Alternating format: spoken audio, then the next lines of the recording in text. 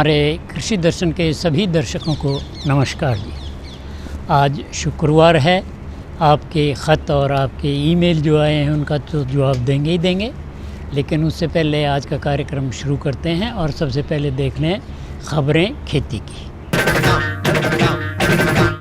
राजस्थान में बढ़ा रबी फसलों का उत्पादन कम फिर भी चीनी में दम। बढ़ती गर्मी में सब्जियां हुई सुर्ख और प्याज निर्यात में गिरावट। नमस्कार, खबरें खेती की में आपका स्वागत है। मैं हूं स्निग्धा रितेश और अब खबरें विस्तार से। राजस्थान में इस बार रबी की प्रमुख फसलों का उत्पादन पिछले वर्ष की तुलना में बढ़ा है। जहां राज्य के व्यापारी बारिश की कमी को कारण बताकर उत्पादन में कमी की आशंका जता रहे थे, वहीं सरकारी आंकड़े वृद्धि का संकेत दे रहे हैं। इस वर्ष राजस्थान में रबी फसलों के उत्पादन में वृद्धि दर्ज की गई है।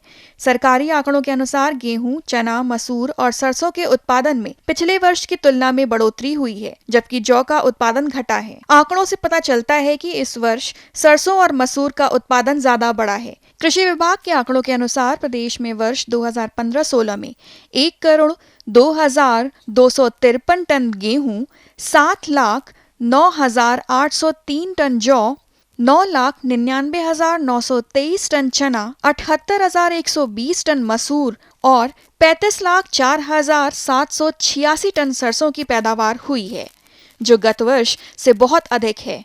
हालांकि व्यापारी बारिश की कमी के कारण कम उत्पादन की उम्मीद कर रहे थे। चालू चीनी सीजन में उत्पादन घटने के बावजूद सीजन के अंत में 70 लाख टन चीनी का स्टॉक बचने का अनुमान है। भारतीय चीनी मिल संघ का ये अनुमान बाजार की चिंताओं को कम कर सकता है। भारतीय चीनी मिल संघ ने अनुमान जताया है कि देश के बहुत से गन्ना उत्पादक राज्यों में सूखे के कारण चालू चीनी सीजन अक्टूबर 2015 से सितंबर 2016 में चीनी का उत्पादन 10% घटकर 250 लाख टन के आसपास रह सकता है। लेकिन फिर भी सीजन के अंत में 70 लाख टन चीनी का स्टॉक बचा रहेगा। पिछले सप्ताह कुछ प्रमुख विशेषज्ञों ने इस बात को लेकर चिंताएं जताई थी कि इस साल सूखे से महाराष्ट्र के गन्ना उत्पादक क्षेत्रों में पानी का स्तर तेजी से घटा है, जिससे वर्ष 2016-17 में गन्ने की फसल बुरी तरह प्रभावित होगी। ऐसी परिस्थितियों में भारत चीनी का शुद्ध आयातक बन सकता है। देश में हर साल 50 से 260 लाख टन चीनी की खपत होती है। इस बार चीनी उत्पादन 250 लाख टन से मामूली अधिक रहने का अनुमान है। उत्तर और पश्चिम भारत के कई हिस्सों में भीषण गर्मी से न केवल लोगों के स्वास्थ्य पर प्रतिकूल असर पड़ा है, बल्कि सब्जियां, खासकर पत्तेदार सब्जियों के दामों में भी उछाल आया है। इस बार गर्मी के मौसम की शुरुआत से ही तापमान ज्यादा बढ़ रहा है और इसके साथ ही बढ़ रहे हैं सब्जियों के दाम।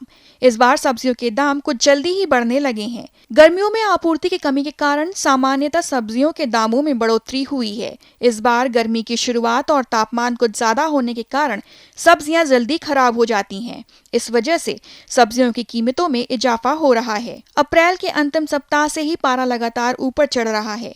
मौसम विभाग का कहना है कि पश्चिमी राजस्थान, पूर्वी मध्य प्रदेश, महाराष्ट्र, विदर्भ क्षेत्र, ओडिशा में भीषण गर्मी पड़ी है। भंडारण की पर्याप्त सुविधा नहीं होने के कारण व गर्मी में सब्जी जल्दी खराब होने के कारण भी कीमतें प्रभावित हो रही हैं। उपभोक्ता मामलों के विभाग के आंकड़ों के अनुसार कई बड़े शहरों में शिमला मिर्च, मटर, परवल की कीमतें पिछले साल की तुलना में 20 से 25% अधिक हैं, लेकिन सबसे ज्यादा उपयोग में लाए जाने वाले प्याज व आलू के दाम स्थिर हैं। प्याज निर्यात पर प्रतिबंध के चलते वित्त वर्ष 2015-16 के पहले 10 महीनों में इसका निर्यात कम रहा है। पिछले वर्ष मानसून प्रतिकूल रहने और प्याज उत्पादन कम रहने की वजह से निर्यात पर प्रतिबंध लगाया गया। हालांकि इस वर्ष प्याज का रिकॉर्ड उत्पादन हुआ है और गुणवत्ता भी अच्छी है। चालू वित्त वर्ष 2015-16 के पहले 10 महीनों में प्याज का निर्यात मात्रा की दृष्टि से 6.75% गिरकर 8.28 लाख टन रहा, लेकिन मूल्य के हिसाब से निर्यात में अच्छी खासी वृद्धि हुई। राष्ट्रीय मूल्य के लिहाज से अप्रैल से जनवरी 2015-16 के दौरान प्याज निर्यात 35% बढ़कर 2,161.70 करोड़ रुपए का रहा। विदेशों में अच्छी कीमत मिलने से यह वृद्धि दर्ज की गई। आंकड़ों के अनुसार आलोच्य अवधि में प्याज का निर्यात 8,28,656 टन रहा, जबकि एक साल पहले इसी अवधि में 8,88,673 टन प्याज का निर्यात किया गया। खेती किसानी में मौसम की भूमिका काफी महत्वपूर्ण है। कितनी ही आधुनिक तकनीकों के होते हुए भी बारिश की कमी उत्पादन को प्रभावित करती ही है। इसलिए किसान भाइयों, आपके लिए जरूरी हो जाता है कि आप मौसम का हाल जान लें। भारतीय मौसम विज्ञान विभाग के अनुसार अगले 24 घंटे में जम्मू कश्मीर, हिमाचल प्रदेश के सभी भागों में बादल छाए रहेंगे तथा उत्तराखंड में बारिश के आसार हैं। पंजाब, हरियाणा व उत्तर प्रदेश के सभी भागों में मौसम साफ रहेगा। देश के उत्तर पूर्वी भागों जैसे सिक्किम, आसाम व अरुणाचल प्रदेश के ज्यादातर भागों में बारिश की संभावना है। बिहार, झारखंड, छत्तीसगढ़ व ओडिशा के सभी भागों में मौसम साफ रहेगा। देश के निचले व तटवर्ती इलाके जैसे कर्नाटक, तमिलनाडु व केरला के ज्यादातर भागों में बादल छाए रहेंगे व कुछ भागों में बारिश का अनुमान है। खेती की खबरों में आज बस इतना ही। कृषि दर्शन कार्यक्रम में और अधिक रोचक और ज्ञानवर्धक जानकारियों के लिए देखते रहिए कृषि दर्शन। नमस्कार। ये लो और बताओ। बस। अरे ये क्या भैया जी, बस इतनी सी रासायनिक खाद? किसानी छोड़ रहे हो क्या? किसानी नहीं, नादानी छोड़ रहे हैं। मिट्टी की जांच कराई है। अब तो लालाजी जितनी जरूरत है उतने ही उर्वरक खेत में डालेंगे। हाँ किसान भाई, आज ही अपने जिले की नजदीकी भूमि परीक्षण प्रयोगशाला में मिट्टी की जांच जरूर करवाएं और मिट्टी में पोषक तत्व, नमी व पौधे के विकास को देखते हुए केवल जरूरत के अनुसार ही पोषक तत्व डालें। और हाँ, मिट्टी में गंधक, जस्ता, बोरोन जैसे सूक्ष्म पोषक तत्वों का पता लगाना भी न भूलें। उर्वरक और जैविक खाद के सही उपयोग से भूमि का उपजाऊपन बनाए रखें, उत्पादकता बढ़ाएं, खर्चा घटाएं और बहुमूल्य विदेशी मुद्रा बचाने में भी सहयोग दें। और हाँ, धीमी गति से नाइट्रोजन उपलब्ध कराने वाले उर्वरकों जैसे नीम लेपित यूरिया को प्राथमिकता दें और यूरिया का पत्तों पर छिड़काव करें। अरे वाह, तू तो सचमुच समझदार हो गया रे। अधिक जानकारी के लिए संपर्क करें जिला कृषि अधिकारी या किसान कॉल सेंटर। ये तो देखें खबरें खेती की। अब लेते हैं आपकी चिट्ठियाँ और ईमेल में क्या क्या समस्याएं हैं और उनका समाधान करेंगे डॉक्टर RN शर्मा साहब। आज शुक्रवार है और आपकी हमारे पास कुछ ईमेल और चिट्ठियाँ आई हुई हैं। उनमें क्या क्या आपने समस्याएं भेजी, उनका आज निवारण करने के लिए हमारे पास आए हैं डॉक्टर RN शर्मा साहब। डॉक्टर साहब, आपका स्वागत है। तो डॉक्टर साहब, पहले चिट्ठी ले लें। ये पहला हमारा सबसे पहले है ईमेल आया हुआ जी। और लिखने वाले भाई हैं, भेजने वाले भाई हैं मानिक कुमार महतो जी। आपने लिखा है, मैं अपने गांव में गायों को पालना चाहता हूँ, तो कृपा करके बताइए कि कौन कौन सी गाय की नस्ल हैं जो पालन पोषण के हिसाब से और 2 पैसे किसान को भी मिल जाएं उसके हिसाब से, किस कौन कौन सी नस्लों की आप सिफारिश करना चाहेंगे? देखिए, जो सवाल किया है कि भाई आप पशुपालन करना चाहते हैं, गाय रखना चाहते हैं, डेयरी खोलना चाहते हैं, तो ये आजकल बड़ा मुख्य व्यवसाय हमारे नवयुवकों के लिए है और वो अपने गांव में रहकर ही इस व्यवसाय को बड़ी आसानी से मतलब कर सकते हैं। और हमारी सरकार भी अब इसके लिए बहुत ज़्यादा मदद कर रही है। कई योजनाएं जो चला रही है, जैसे हाईटेक डेयरी योजना है, मिनी डेयरी है, तो इसमें आप गाय भी पाल सकते हैं, भैंस भी पाल सकते हैं। और जैसे आपने पूछा है कि भाई कौन सी नस्ल की हम गाय रखें, तो हम यही सिफारिश करते हैं कि आप जो है जो संकर नस्ल की जो गाय है, होल्स्टीन फ्रीजन और साहिवाल का जो संकर से जो गाय बनी है, या आपके क्षेत्र के अंदर जो भी गाय है देसी, उसका होल्स्टीन फ्रीजन से या जर्सी से जो संकरण होता है उस तरह की गाय आप पालें। और वैसे आप जो है आजकल हमारी सरकार देसी नस्ल की गायों पर भी काफ़ी सुधार दे रही है, ध्यान दे रही है। तो उसमें आप साहिवाल है, थारपारकर है या राठी है, ये बहुत अच्छी नस्ल की गाय हैं। अगर इनका देख रेख और अच्छा प्रबंधन किया जाए तो इनसे भी आप अच्छा लाभ कमा सकते हैं। ये दूसरा भी ईमेल है डॉक्टर साहब हमारा, लिखने वाले भाई हैं उद्यान भट्ट, और इन्होंने जानना कहा है कि मैंने आपका डेयरी का एपिसोड था वो देखा था, मुझे अच्छा लगा, और मैं उत्तराखंड का रहने वाला हूँ, फार्मर हूँ, छोटी स्केल पे डेयरी का काम करता हूँ, 15 एकड़ मेरे ज़मीन है। लेकिन समस्या खुल के नहीं लिखी इन्होंने शायद। छोटे किसान हैं और डेयरी का काम करते हैं, तो हो सकता है ये आर्थिक सहायता की बात करना चाहते हों, या ये जगह भी नहीं बताई कि कौन सी नस्ल हमारे लिए सबसे बढ़िया होगी। तो मेरे ख्याल में आर्थिक की बात ज़रूर बता देनी चाहिए हमें कि भाई कोई मदद मिल सकती है, टेक्निकल भी और आर्थिक भी, दोनों के बारे में। बिल्कुल। हाँ, देखिए, जो जहाँ तक इन्होंने लिखा है कि ये छोटे स्तर पर अपना पशुपालन कर रहे हैं, तो ये बहुत अच्छी बात है। इसको ये बढ़ावा भी दे सकते हैं, और बढ़ावा के लिए हमारी जो सरकार है, उत्तरांचल भी सरकार है, बल्कि हम तो पूरे देश की बात करते हैं कि उसमें भी प्रत्येक राज्य सरकार इस डेयरी उद्योग को बढ़ावा देने के लिए जो बैंकों से जो ऋण हैं वो आसान किस्तों पर और कम ब्याज पर दर पे जो है वो ऋण उपलब्ध कराती है, और राज्य सरकार इसके अंदर अनुदान भी देती है। कई जगह जो देसी गाय हैं उस पर 50% तक अनुदान मिलता है, और जो संकर नस्ल की गाय हैं और जो भैंस हैं उस पर जो है 25% तक सरकार जो है अनुदान के देती है। इसके साथ साथ पशु का बीमा भी जो है ना, जो हमारी राज्य सरकार हैं वो करती है, ताकि जो हमारा जो किसान है जो भी पशु रखता है, तो वो अगर किसी भी परेशानी बस अगर उसकी मौत हो जाती है, तो जो बीमा की जो राशि है वो हमारे किसान को मिल जाती है। जहाँ तक प्रशिक्षण की बात है, तो ये भी हमारे ज़िले के हमारे देश में प्रत्येक ज़िले में कृषि विज्ञान केंद्र हैं, तो वहाँ पर हमारे किसानों को डेयरी फार्मिंग से संबंधित प्रशिक्षण दिया जाता है, और उस प्रशिक्षण में उनको पूर्ण जानकारी दी जाती है, किस तरह की वो गाय रखें, किस तरह का उनका घर होना चाहिए पशुओं का, संतुलित आहार कैसे बना लें घर पे, कौन कौन सी रोग हैं और कौन कौन से टीके लगा सकते हैं। तो ये सारी जो सुविधाएं हैं वो हमारे कृषि विज्ञान केंद्र पर प्रत्येक ज़िले पर उपलब्ध हैं। मैं तो इनसे यही कहूँगा कि वो नज़दीक के कृषि विज्ञान केंद्र पर संपर्क करें और अपने इस व्यवसाय को और ज़्यादा बढ़ाने में उन सरकार की सहायता लें। डॉक्टर साहब, ये तीसरा भी ईमेल आया है जी। और ईमेल भेजने वाले भाई हैं मुकेश, गुड़गांव से। आपने लिखा, मैं मुर्गी पालन करना चाहता हूँ, लेकिन एक समस्या है, गर्मियों में मुर्गी के अंडे कम हो जाते हैं। इसके लिए कैसा खान पान हो और कौन कौन सी ऐसी बातें हैं जिनका ध्यान रखें ताकि मुर्गी का अंडा जो है वो बराबर नियमित मिलता रहे और गर्मी का असर कम हो उसमें। देखिए मुकेश भाई, आपने बड़ा एक सही समय पर सवाल पूछा है कि जो मुर्गी है ये हमारी बहुत संवेदनशील पक्षी है, और इसको सर्दी गर्मी का बहुत ज़्यादा असर हो जाता है, और उसका सीधा जो प्रभाव है वो अंडा उत्पादन पर होता है। अब जिस तरह से आजकल का मौसम है, अब मई के मौसम में ज़बरदस्त गर्मी है, विशेषकर कुछ हिस्सों में तो बहुत ज़्यादा गर्मी पड़ रही है, और अगर गुड़गांव की बात करें तो वहाँ भी 43-44 डिग्री के आसपास जो है दिन का तापक्रम चल रहा है, जो मुर्गी के लिए बड़ा नुकसानदायक है। तो इसमें सबसे बड़ी बात यह है कि आप वो सारे प्रबंध करें जिससे जो है मुर्गी को गर्मी से बचाया जा सके।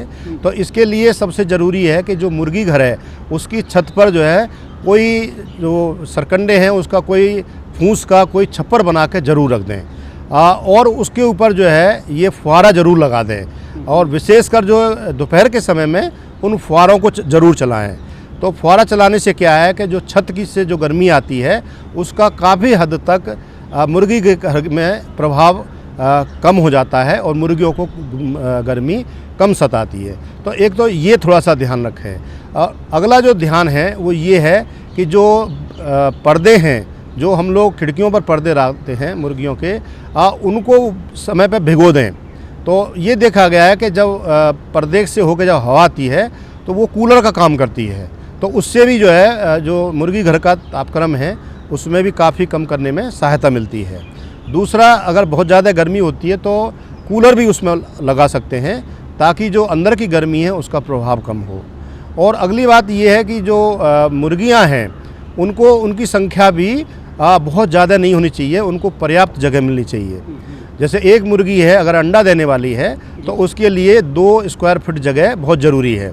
जो छोटे बच्चे हैं, चूजे हैं, उनके लिए 1 स्क्वायर फुट जो है जगह ज़रूर होनी चाहिए, क्योंकि अगर कम जगह के अंदर ज़्यादा मुर्गी रखेंगे तो उनसे गर्मी भी पैदा होती है और मुर्गियों को वो गर्मी का प्रभाव ज़्यादा होगा और अंडा उत्पादन पर विपरीत असर पड़ेगा।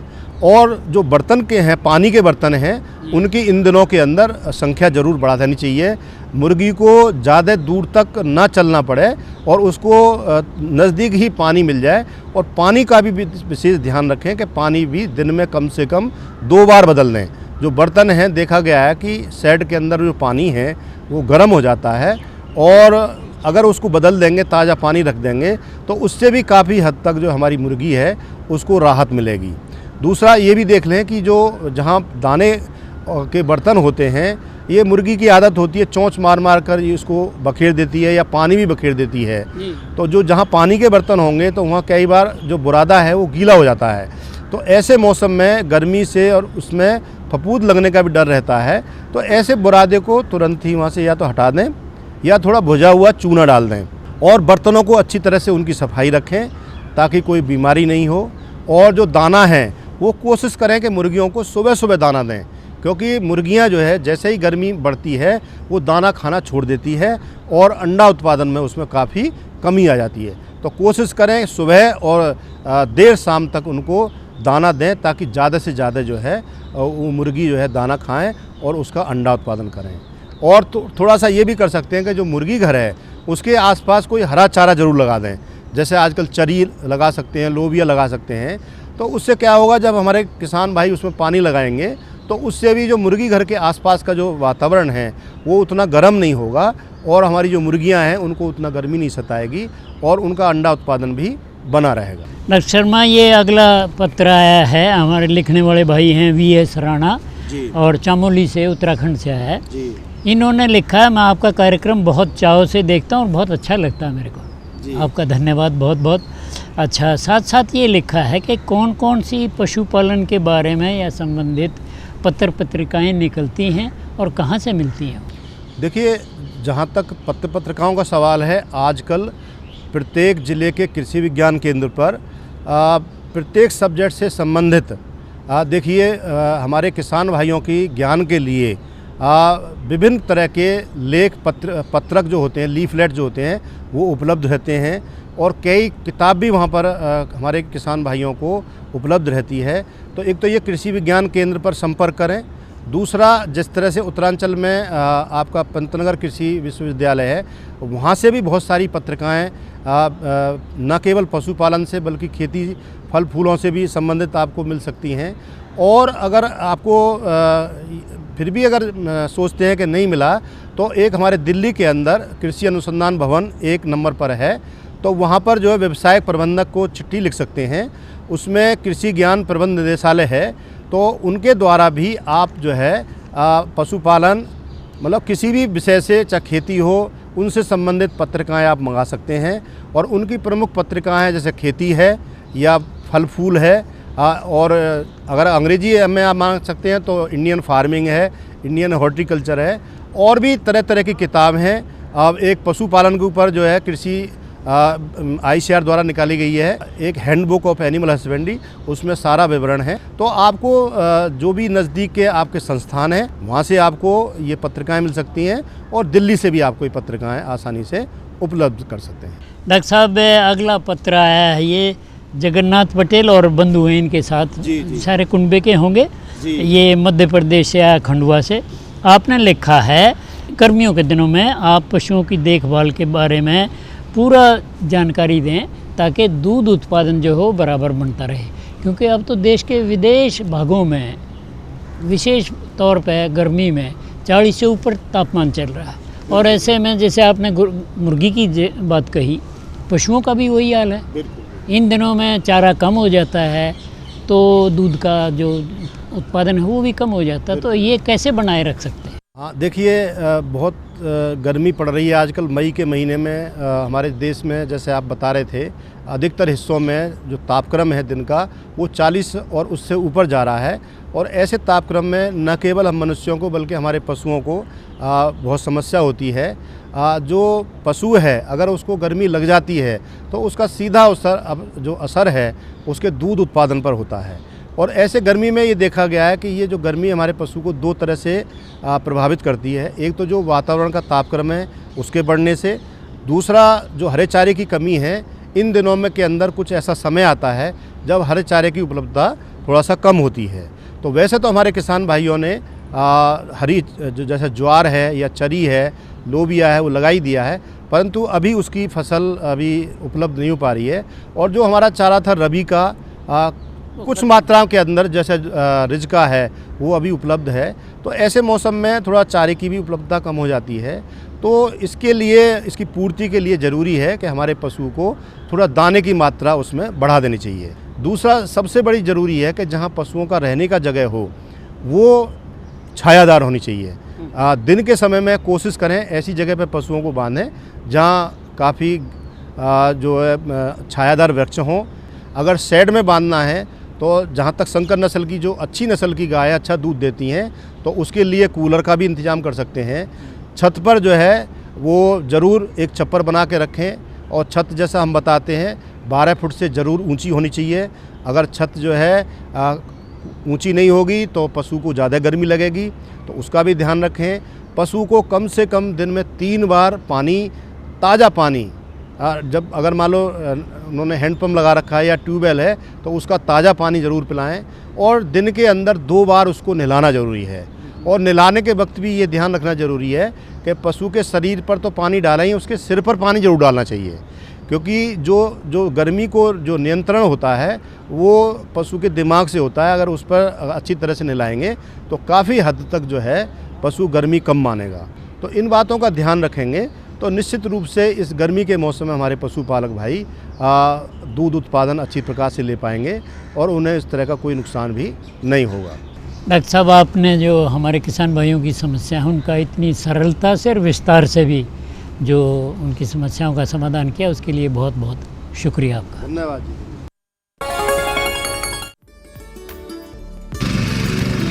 नई तकनीक सभी को अच्छी लगती है।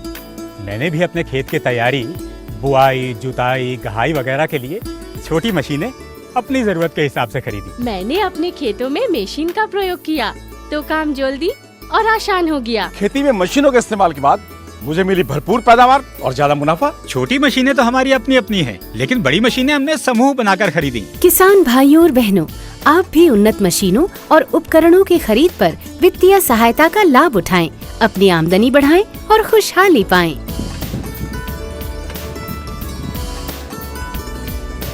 हो गया।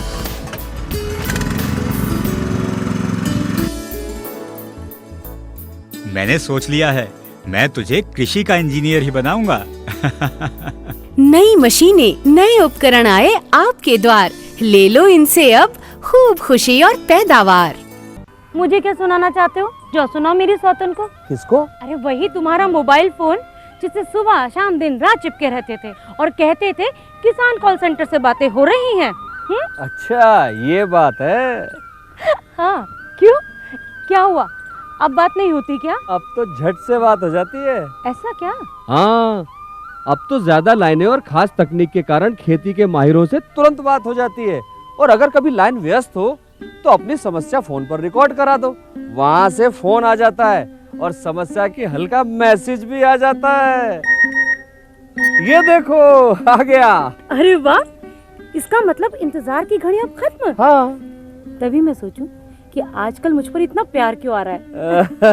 कृषि संबंधी समस्याओं का अपनी भाषा में तुरंत हल पाने के लिए पूरे भारत में किसी भी फोन से हेल्पलाइन नंबर पर संपर्क करें। किसानों का दोस्त, किसान कॉल सेंटर। आपको हमारा कार्यक्रम कृषि दर्शन कैसा लगा? अपने सुझाव, प्रतिक्रियाएं एवं सवाल हमें इस पते पर भेजें। कृषि दर्शन, कमरा नंबर 10, CPC दूरदर्शन, खेलगांव, नई दिल्ली 110049। इसी के साथ आज का कार्यक्रम समाप्त होता है। चलते चलते मैं आपको कल शनिवार है उसके बारे में बता दूं कि हमारा जो एक विशेष कार्यक्रम होता है जिसमें कृषि और किसान कल्याण मंत्रालय की तरफ से एक प्रोग्राम दिखाया जाता है। कभी कभी हम उसमें सफल किसानों से मिलाते हैं, कभी अच्छी उसकी खेती बाड़ी के बारे में बताते हैं। मतलब कुछ न कुछ कोशिश करते हैं कि नई चीज़ आपके सामने पेश की जाए। तो कल भी वही होगा और इसी के साथ मैं आज्ञा लेना चाहूँगा। सब दर्शकों को नमस्कार।